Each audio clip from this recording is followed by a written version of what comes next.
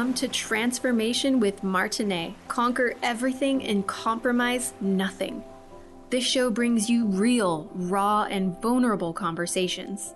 If you have never liked small talk and have been on a personal growth journey for a long time, stay tuned as Martine and her guests share empowering stories. Now is the time to own your past and look toward your future with hope. Believe in your dreams, and all that you want to achieve is possible. Transformation Coach Martine helps you accept and love you for you. It's time to listen to your heart and tap into your unlimited potential. You have the answers you need inside. Sometimes you just need the right guide to help allow transformation to happen. Transformation with Martine starts now.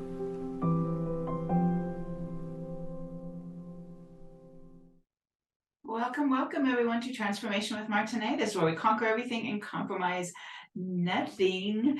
We've got a really sunny day outside. I'm on Eastern time and it's sunny, but it is like -2 degrees, which is just not fun in my book. But hey, at least it's pretty and sunny out there, and it's Friday. Happy Friday, everyone. I want to welcome my special guest who's been on my show before and has been in my life for quite a number of years. Welcome, Alysia Lyons. Thank you very much, Martine. Is it actually -2 degrees, or is that? It is. Okay. It is. Because I'll say it's -2, but it's really like 32. Yeah, it actually is. And I was gonna, this morning I actually wrote a post about it. I was like, okay, great. We have no power. I can't do the treadmill. Okay, I have weights, whatever. But I had my plan this morning, and it got disrupted. And it was too cold to go outside for my walk and everything. And I'm like, okay, how can I change this? All right, I have stairs. I have a trampoline.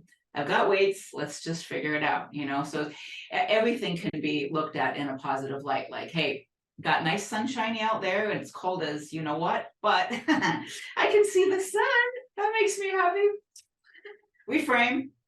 Reframe, exactly. I had this morning, the last several days I've been doing yoga in the morning and building a new habit. Yes. And my time is between 5 a.m. and 7. Usually the whole rest of the house doesn't wake up till 7. Yeah. And Xander was awake that's my son, right at 5:10. I walked out of my bedroom and he was up, and I was like, okay, pivot. Yes. And so the universe provided. My brother called me and said, hey, you want to walk to Starbucks? And I said, I absolutely want to walk to Starbucks later. Yeah. Well, that was a nice opportunity. Get some time to chat and nice walk for something yummy. We used to do walk and talks all the time. So we're bringing back the walk and talk. So I love that. That's awesome. So today, we are going to talk about your journey as being a surrogate mama. Absolutely. Yes. Yeah. Golly, I don't know. I can't imagine. I mean, I've been pregnant 4 times, given birth 3, lost one of my babies. So I imagine, like, my sister, had she needed help from me, I probably would have. Somebody otherwise, I don't know. So how did this journey start for you? Well, believe it or not, it started when I was 17 years old because a friend of mine said, I want to be a mom, but I don't want to experience birth, which I don't blame her. Yeah.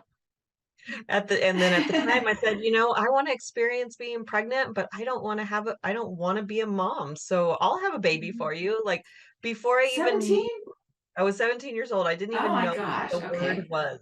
Like, I didn't know that surrogacy was a thing. I didn't know that word. I didn't know how that would be possible. I just said, I'll have a baby for you. Yeah. Fast forward, we both had our own children. But when I was 26, so about 10 years later, I met a surrogate. And I picked her brain. I was like, you tell me everything about being a surrogate. I was all excited. I went home to tell my then husband, and I said, I want to do that. And he goes, not on your life. And I'm like, oh, all right. Wow. I didn't ever ask him why. I have no idea what his thought process was, but it was an immediately no for him. And I was, an obedient wife, and I didn't ask any questions, Hmm. and I just said, okay. So again, we'll fast forward a couple of years, maybe 4 or 5. And after I had my son and his dad and I split up, I was looking for a part-time job to supplement my income. And I ran across a Craigslist ad, when they were legit or more Yeah. legit, right? Um, Yeah. and there was less scammers. And I found Yes. a surrogacy company advertising and saying, hey, do you want to be a surrogate? And I met with them in June of that year. I was matched with a family in July. We started meds in August, and I was pregnant by September. So it was a very fast, that first journey. Uh, Yeah. that's not always the case, but that was the first time, and it all kind of lined up perfectly. And Hmm. that family was from Spain. My first two Oh, wow. families were from Spain. The second one was from the Philippines, and this Hmm. latest one was local to me, so 3 hours north. And Yeah. yeah, they've all been really different, but really cool experiences. I imagine so. Yeah.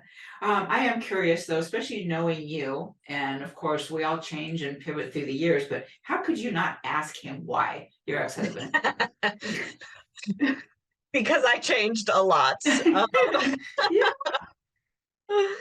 Yeah, I mean, all your listeners know who Sean Smith is, and Yes. he really drilled it into me to ask Hmm. why. And Yeah. I I've thought a lot about the asking why thing. I Hmm. as as a coach, I support moms. Yeah. And the one of the things that happens to us in our lifetime is that we get shut down creatively. Hmm. And Sean had said one time to me that the best coach is a 3-year-old because they Yes. just keep asking why. Yep. And my son was 6 at the time, and I was like, my 6-year-old still does that. And he goes, good, Yeah. you haven't shut him down yet. And I'm like, Yeah. that just, I don't know why that hit my heart so hard, but Hmm. it did. And I Yeah. remember, and I was like, I will never shut him down. But Yeah. at some point, somebody must have said, you know, stop asking why. And I did. So Yeah. I was being Yeah. the obedient wife. So I didn't ask why. Ah. There's a woman now that I really like to follow on TikTok or whatever. I try to stay off a lot, except for, business. We have to be on social media, but once in a while I just like to sit on there and binge things. And there's a woman on there who is, my age group, Gen X. I think that's what I am at, 50 here. But she's talking about how, the way we were raised, and it's gotta be where I am, because that is exactly, I was told, shut up, don't cry, you're not to be heard, don't ask questions, don't do this, don't do that. So, she was kind of saying that a lot of us in this age group we were so protective of our children, and maybe, because we wanted them to talk, we want to hear what they have to say. So it was because things were we wanted to make things completely different for them than it was for us. And our age group is picked on a bit for that, but that is the reason why.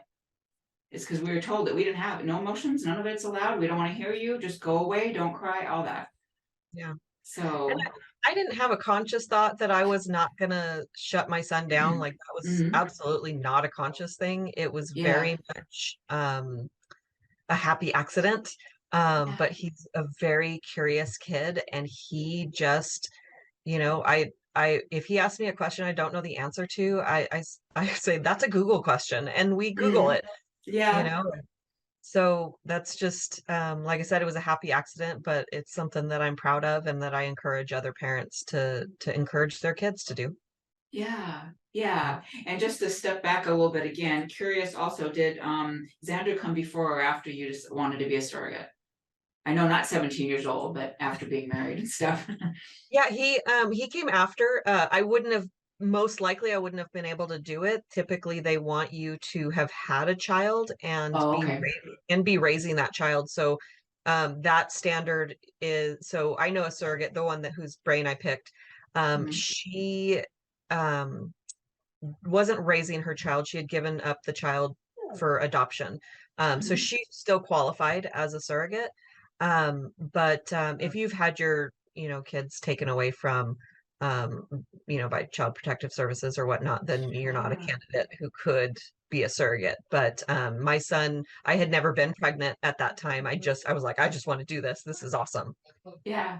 Yeah. Okay. Okay. So I'm sure that there are criteria just the same as you would probably being an adoptive person, or or somebody looking to adopt, or possibly even, well, yeah, no, that's IVF would be a completely different journey. But I guess there is some kind of procedures, qualifications, probably even a certain age, I assume. Yes, so it's typically between 20 and 42. 42 is about the age where they stop picking you, is what I've been told. Yeah. And so there's physical qualifications. Your body mass index, your BMI needs to be below a certain amount. It's different for every doctor of what they'll approve. Typically, the agency, I would say I went through an agency. I highly recommend agencies because it's like having an advocate in your corner. Oh, yeah, for sure. Protection for you, because you don't want to be in a situation where the parents are they're absolutely grateful, but you don't want them overrunning your life or overstepping their bounds, because I didn't think of it until this last journey, and I'm not sure why, but who I evolved into had this awareness that there's a huge trust that the intended parents are putting on you. They have to trust you for to take care of their child, and there's a lot of anxiety that comes up in that situation. And so the agency is kind of the bridge between you and them so that you can speak freely. I actually, during my last journey, got a little triggered, and I was like, can I speak freely to you without you telling the mom what I'm about to say? And she said, absolutely, that's what I'm here for. And so, having somebody, an advocate in your corner, but each agency works with a different doctor, but the agency will set the requirements that the doctor has. Yeah. I can imagine me if somebody, like, you were having a baby for me, it'd be like, okay, are you eating right? Are you taking your vitamins? Are you getting some exercise? Are you doing that? I mean, I would feel like I just want to be compelled to do something like that, just like I would probably my own, like my daughters, whenever they get around to, they're not, 24 and 22, it could happen, but I would be like, I know I would be that way. So I think I would be the same with somebody who's having a baby for me, Yeah. Yeah. I think that an advocate is good for both parties. Right. Yeah. Yeah. So do you recommend it? Oh, 100%. The crazy thing is that, well, I mean, it's up to you. It's up to the person. Sure. Obviously, but I think that anyone who feels like they could give a beautiful gift to another person, absolutely. I would do it again. Do it again. Even after finally being like, oh, I'm not pregnant again. Yes. Yeah, I'll tell that story, I think, after the break. Okay. Okay. All right. Thank you, everyone, for listening. We'll be back in just a moment.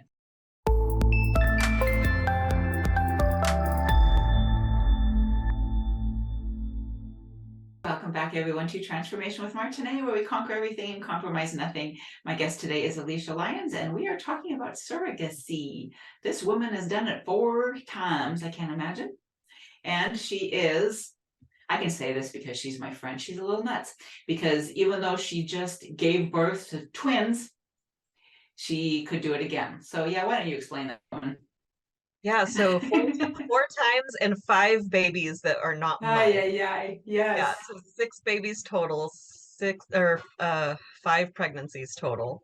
And I would do it again in a heartbeat. But we've decided as a family that I'm done. And you know, the last time I my usually I have babies by 38 weeks. Like my body's like, yeah, I'm done around Yep.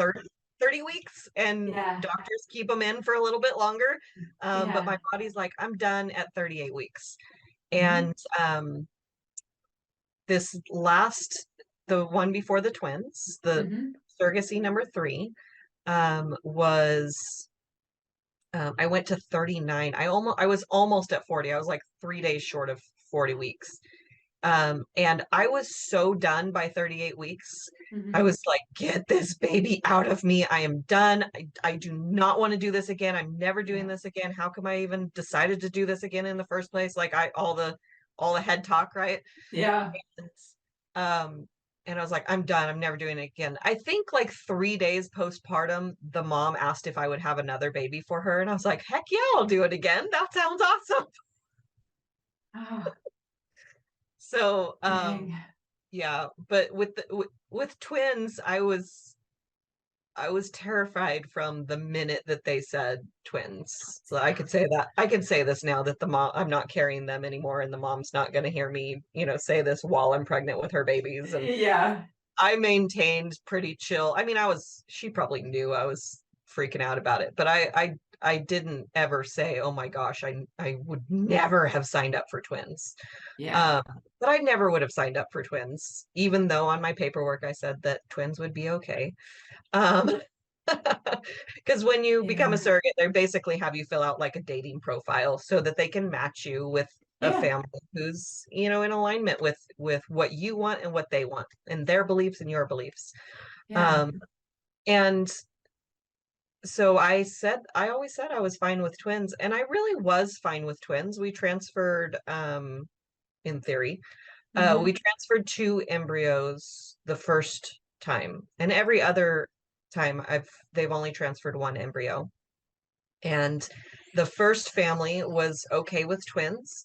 And they transferred a boy and a girl embryo, and they can tell that early. Um, Wow. and yeah, they can't tell that it's twins that early, but they can tell that it's the gender. Wow. Um, Okay. yeah. But so they transferred a boy and a girl, and the boy didn't attach and the girl did, and she split. But there was never a second heartbeat. So it was technically twins, but it wasn't twins. So they Wow. treated it like a high risk pregnancy, because the sac didn't fully, they shared a placenta, Mhm. and for in the very beginning they couldn't see a separate sac, and that's known as mono twins. What is um, that? it just means that they share a placenta and Okay. and a sac, so they're together. And Wow. it's very dangerous because they can get wrapped up in each other's cords, and they Oh my can steal gosh. each other's nutrients and all kinds of fun Mhm. stuff, and we don't Yeah. share very well in nature. So Right. but they wanted to monitor, because they did share the placenta, that baby wasn't gonna, exit on its own. So they Mhm. just wanted to make sure everything was okay. Eventually it did absorb. So the body is miraculous, to say the least. No doubt Um, about it. but so that was my first journey. That was a little odd, but every other time in my mind there was no risk of twins, Mhm. except that the the egg split on this last time. Yeah. So it was the most difficult pregnancy I've had. Morning sickness and just feeling icky after. Yeah. I still had the second trimester where I felt good. Yeah. But first trimester and third trimester, I was like, this is awful. Never again. Yeah. And so, but then my friend said that she was just about to have her embryo transfer. She's probably had it by now. She's probably on bed rest. Uh-huh. Um, and I was like, oh, I'm so jealous. What is wrong with me? Mm. Oh my gosh. Wow. Wow. Yeah, it just seemed like, I mean, it was just just a little bit ago to actually, because even me, I mean, baby lover, and I probably I would have just kept going. I mean, until absolutely could not anymore or whatever. But I can't imagine that soon after. Like, no, I was never that soon after. I remember being in the hospital, especially after my first was born, and it's like, oh, the nurse is like, you're going out and leaving the hospital, like, oh, see you in about a year. About 18 months later, that kind of at first it's like, no, thank you. That hurts. It I think hurts. I think that's really common. And even with my son, like I never went back on birth control. We were ready. We were Mhm. going to have another baby. God had a Yeah. different plan, but Mhm. we were down for having ours back to back because I was like, Yeah. it'd be easier to have them at the same stages, at the same, like the Mhm. closer together is easier than starting all over 4 years later or what or Yeah. however much.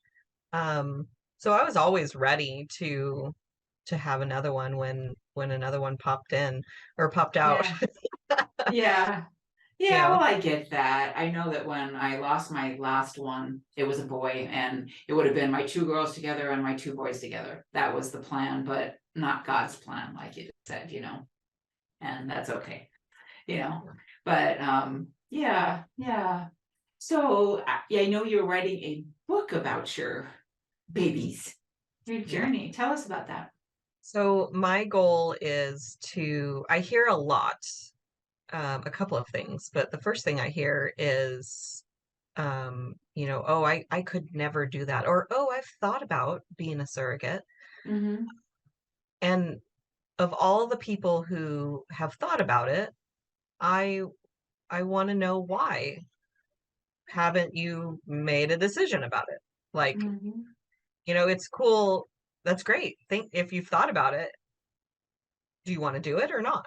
So that's my Yeah. kind of goal of the book is if you've thought about it, I want to boot you off the fence, one side or the other, right? So Yeah. Yeah. let's and maybe it's intimidating to reach out and ask questions about it, or maybe it's just a random thought that pops through your head because you see a celebrity has had a baby through a surrogate. You're like, oh, what's that like?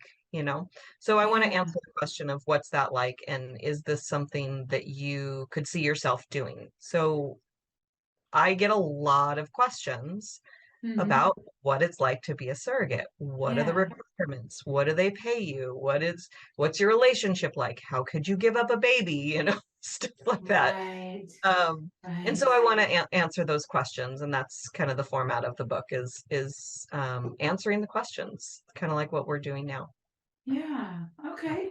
Yeah, that's really Mhm. good because I think a lot of people probably less intimidating to read a book than to actually talk to somebody, at least at first. Yeah. Because some questions are kind of hard to ask. Right. So yeah, that is good. And I'm Yeah. in California, so obviously the book is going to be geared more towards the rules and the requirements in California, and I'm going to Mm-hmm. suggest a couple of agencies that are here, the ones that I've worked with. Mm-hmm.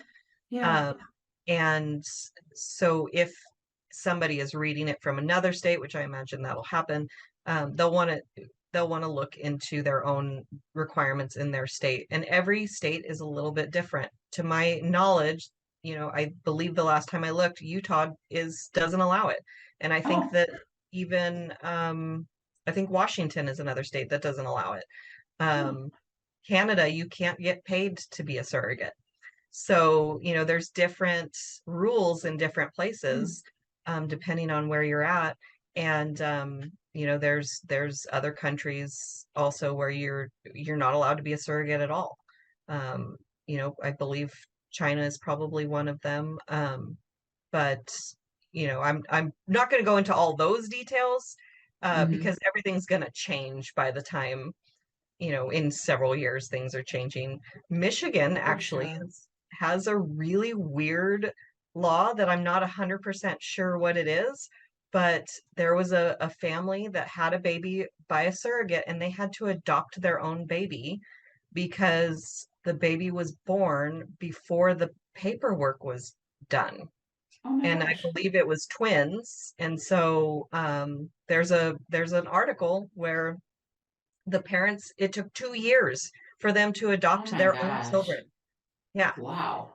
And I was like, well, is it the surrogate's fault? Like I had to read that, I was like, because Right, that's right. the question is, well, do you want to keep the baby? Me, Yeah. no, don't want to keep the baby or babies in any way, shape, or form. Those are Mm-hmm. yours. Mm-hmm. You can take those home with you. I Yeah, did my job. yeah. Right. Yeah. That's something like I was gonna ask you that, but I really I knew the answer just as we've been talking, and because I know you anyway, that you never thought about keeping the children. And actually you couldn't, because it's not really, you're more the, no, for lack of better words, incubator, right? I mean, you're growing those babies, but they are part of the couple, right? Yeah. So I Yeah. always call myself the oven, and it's their cookie, Yeah. right? Yeah. There you go. There And you go. it's a cuter way of saying it, but Yeah. and legally, if I didn't sign that paperwork, I could keep the baby. They would have a lawsuit. There would be a lawsuit. Yeah, for sure. um, there would be some legal ramifications if I changed Hmm. my mind mid surrogacy, Yeah. um, mid pregnancy. But legally, the birth mother, I would be the birth mother. Hmm. And Okay. so if I don't sign the paperwork, then I I could keep the baby. However, I don't want to. And Right. that I've heard of like one person who ever did that in like Hmm. anytime I talk to anybody who's been in this industry for a long time, they're like, one time, Yeah. one person changed their mind and it was a big deal. It's like Right. it's one of those like irrational fears. Right. Yeah, I can't actually even imagine. I think me going in, if I had ever at that point in my life wanted to do something like that, that would have been a job for me. That would have been something I'm doing for somebody else, and I wouldn't even be thinking of it as my own. This is Mm-hmm. just something to help somebody else. So yeah, I can't imagine somebody doing that. It's not even your, it's their stuff. Lack of better words there. Yeah. So we're going to take a break and we'll be back in just a moment, everyone. Thank you so much for tuning in.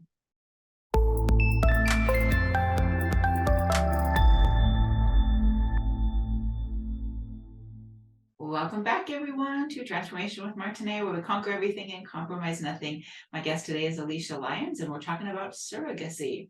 So we've talked about how the actual surrogate could change her mind, and we've talked that, yeah, that would be crazy, and so hard, on both parties. But yeah, what would it be like if the parents actually changed their mind and they no longer wanted the baby? Is it now the surrogate's baby? Does the baby go for adoption? Like, what happens?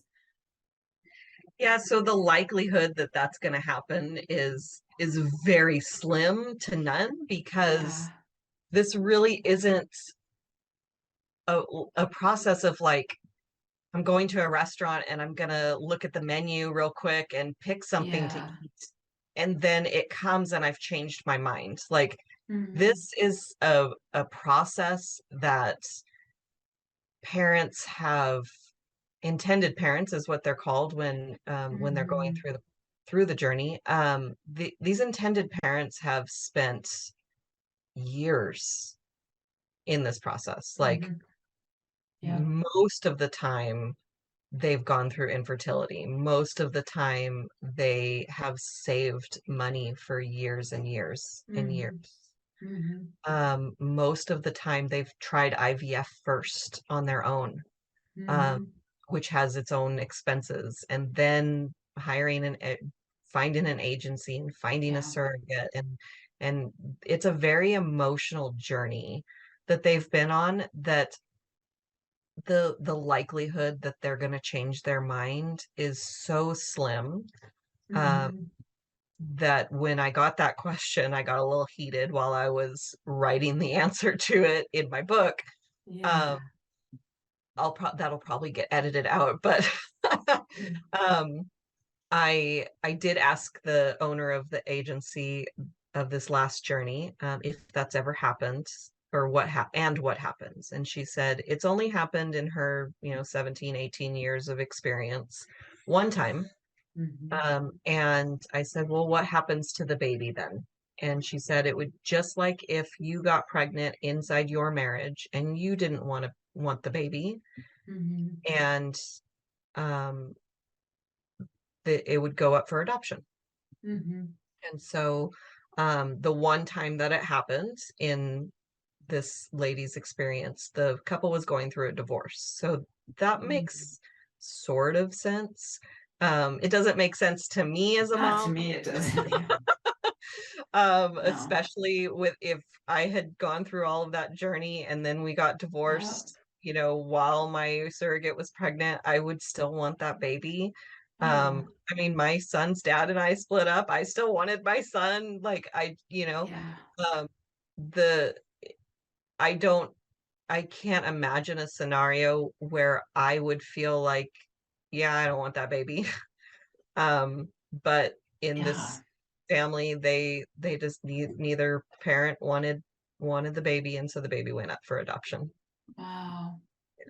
And I would imagine that the surrogate had the option of adopting the baby, but who knows if that happened. Right. If I was that surrogate, I would probably adopt the baby.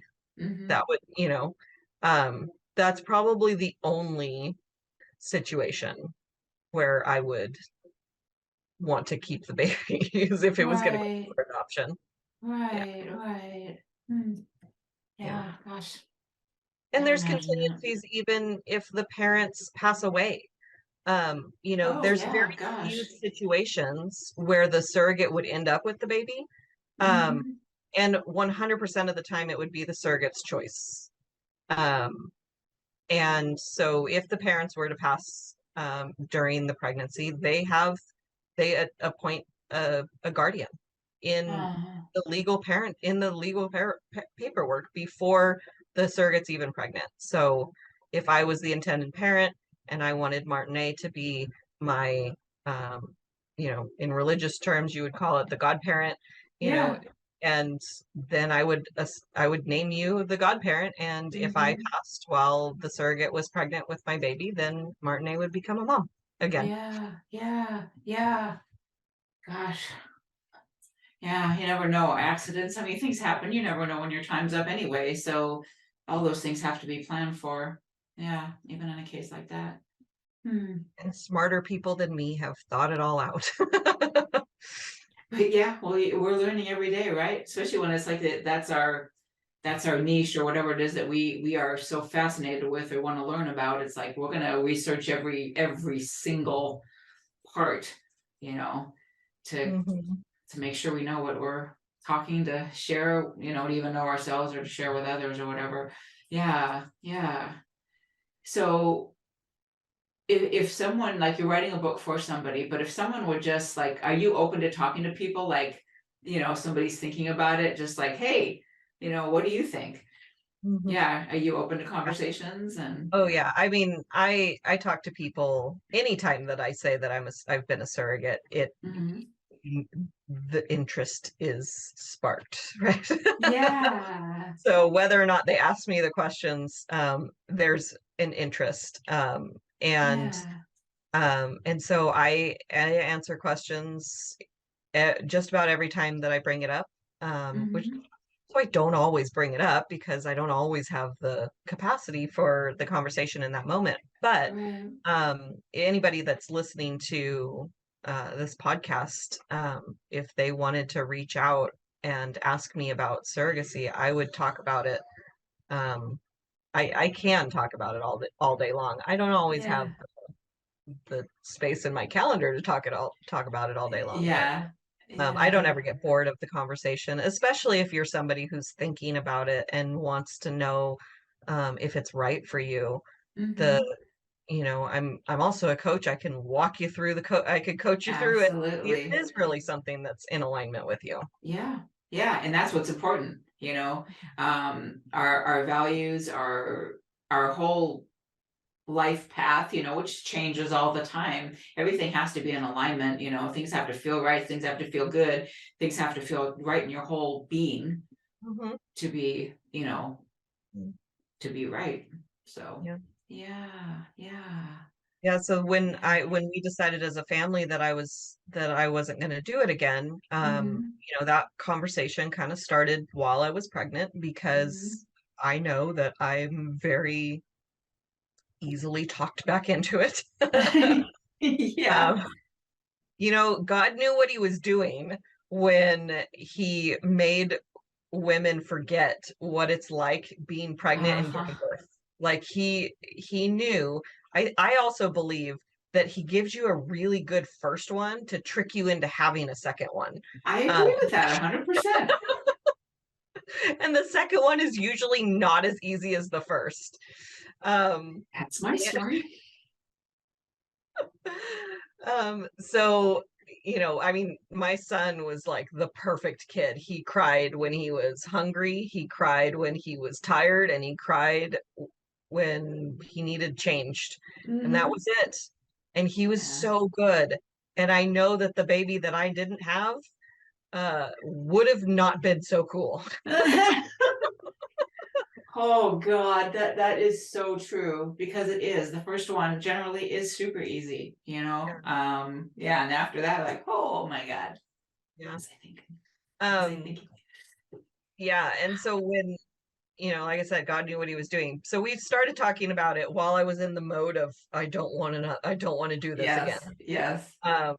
And I even got some coaching around it, because I knew that this was going to be something that was going to come up. Like I'm very aware of my pattern with this. And so I wrote myself a letter when I decided, and we decided as a family that I was done. And I wrote myself a letter while I was pregnant to my postpartum self, reminding my postpartum self, who's very much going to want to do it again, that of all the reasons why we decided we're not going to do it again. Right. And, one of the reasons was I'm older. I was going to say I'm old. I'm older. And this was a more difficult pregnancy. And my son is older. And he's more active than he used to be. And I didn't have as much support this time as I did in my last pregnancy.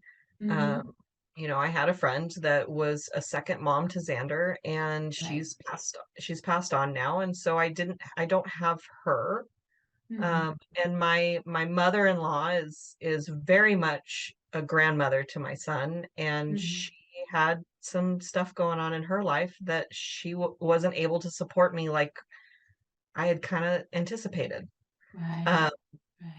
And so, there was a lot of time, especially during the summer when I was in my first trimester and I was nauseous a lot.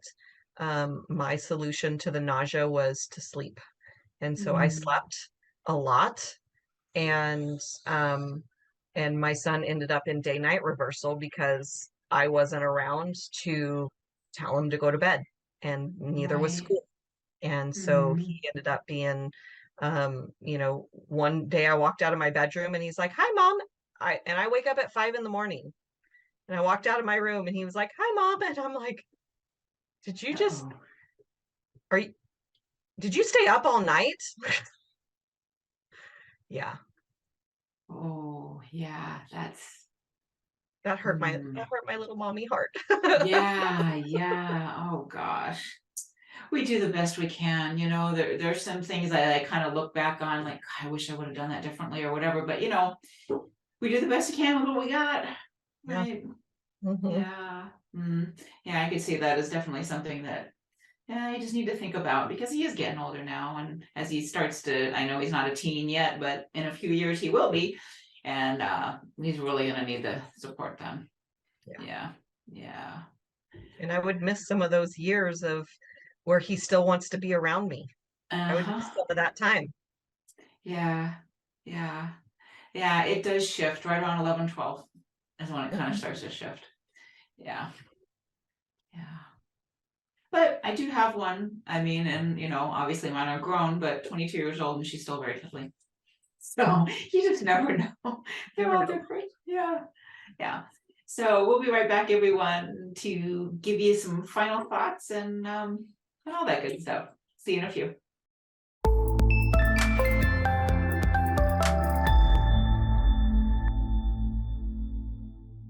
Welcome back, everyone, to Transformation with Martine, where we conquer everything and compromise nothing. My guest today is Alysia Lyons.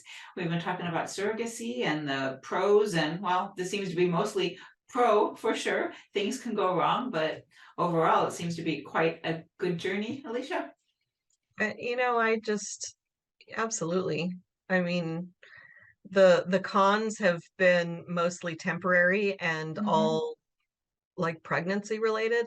I think I mentioned earlier that I got a little triggered by the mom, and it actually wasn't really her. It was my my projection of what I thought she was gonna do.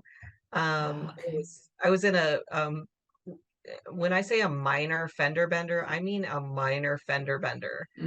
Put me in the hospital for 5 days. Right, I remember that. Yeah, and somebody just hit me at, I don't even know how fast he was going, but we were all like going to a stop sign. So it wasn't like, and he just thought I was going farther than I did, I think. So he tapped me, got a little dent in my car, but anytime you're in a car accident when you're pregnant, you need to go get checked out because you don't know what's going to make the placenta separate and all that. And so and the guy that hit me was like, please go get checked out. I would just be so devastated if I was the cause of anything happening to these babies.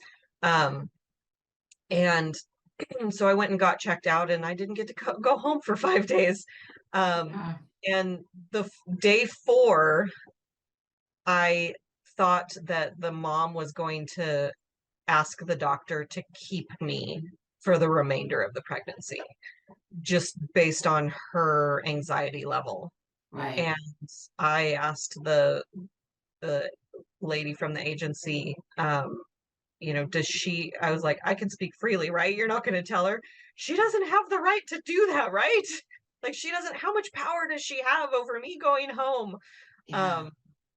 And she didn't want me to stay, and she didn't have the power.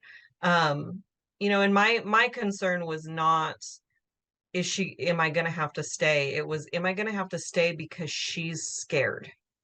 Right. Not, am I going to have to stay because it's medically necessary? If it's medically necessary, 100% I'm going to stay. Yeah. If I'm not going to stay because you're scared. Right. We're always scared. We're moms. Like we always have those what if thoughts. Fears. Yeah. Yeah.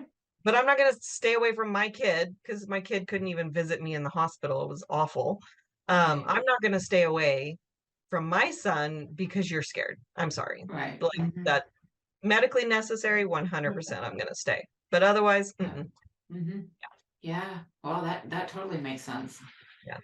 So luckily, and I told the mom after the fact that I was like, yeah, I thought you were going to want me to stay. And she goes, oh, no. I was triggered too.